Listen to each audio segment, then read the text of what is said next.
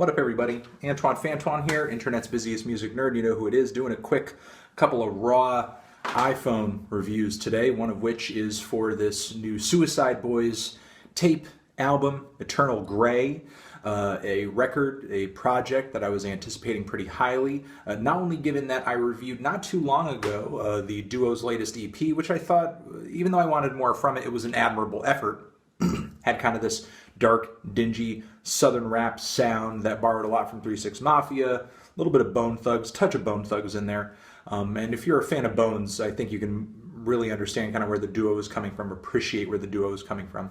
Excuse me.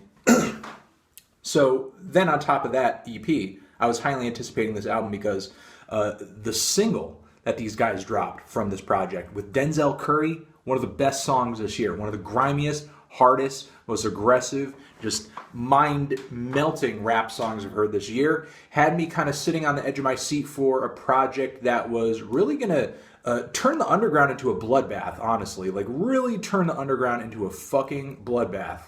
Because that's just how deadly that track is. And if every other track was as deadly, it just would have been decapitated heads everywhere, impaled on sticks.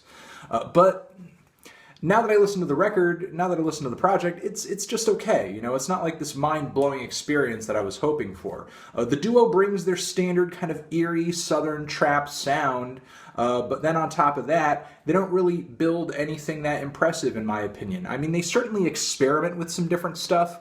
For one, there's some weird kind of metalcore screams that pop up on the record here and there that sound like they could have been on like a, you know, one of those Orange County hardcore band records with like the tight pants and the crazy scene hair, or like a Broken Side record.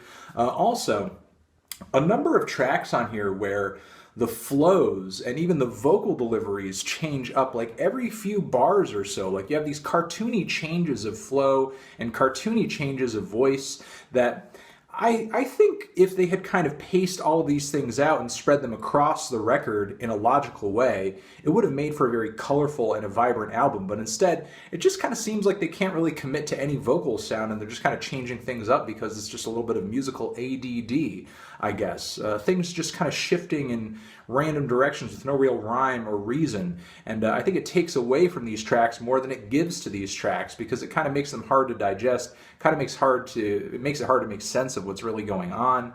And a lot of the verses I think it distracts from as well, which for the most part aren't really like, you know, the greatest I've ever heard. Though I would have certainly accepted something that was just kind of, you know, one-liners, grimy, violent, aggressive, in your face, blunt, to the point. But I think just kind of the duo's inability to really just kind of consistently deliver some decent flows and performances on this thing takes away from, you know, what good things they have put onto these tracks. Then there's kind of the weird structuring of some of these songs. There are some tracks on here, the opening track with Puya, for example, that just completely forego any sort of hook. And it's not only that they just kind of bunch all these verses on top of each other into these short tracks.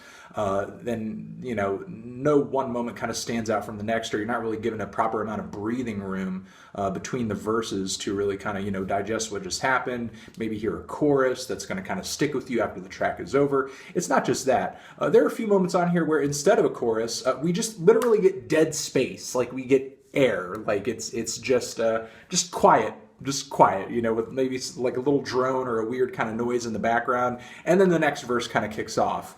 It just kind of seems like a really underwhelming way to write a song, or it's just kind of like a non-way to write a song, actually. So yeah, we have these just total avoidance of hooks on some of these tracks. Some weird experimental moments and vocal deliveries and flow change-ups that I think take away from these songs, unfortunately. Some of those screams are sort of horrendous. And when a song is kind of solid, I think it's just kind of merely on par with what I heard on the last Suicide Boys EP, and I was kind of hoping all along with this new project over here that they would go above and beyond a little bit. And I do give the duo credit. It seems like they tried to do that by changing things up, trying a few things here and there that haven't really played a prominent role in the sounds of their previous projects, but the execution, I think, leaves a lot to be desired. And then there's a few features on here, most notably Dash, who is easily one of the most mediocre rappers out there right now. I have no idea why people keep handing him features. But his vocals, not only are they not that great, but they're also buried in the mix to the point where you can barely hear the guy. So yeah, there's a good handful of lackluster features on this thing too. Again, that Denzel Curry track is just earth-shattering, but pretty much everything else that's on here is not really that impressive when sort of given deeper inspection. You know, the duo certainly pulls together the same vibe that you would look for from their previous projects. You know, it's a decent, eerie, grimy, dark, moody vibe. But again, the writing, the lack of hooks, the vocals and the flows, I mean, they're really not that great in my opinion. Those are my thoughts essentially on this thing. What are yours? Let me know down in the comments. Did you love this thing?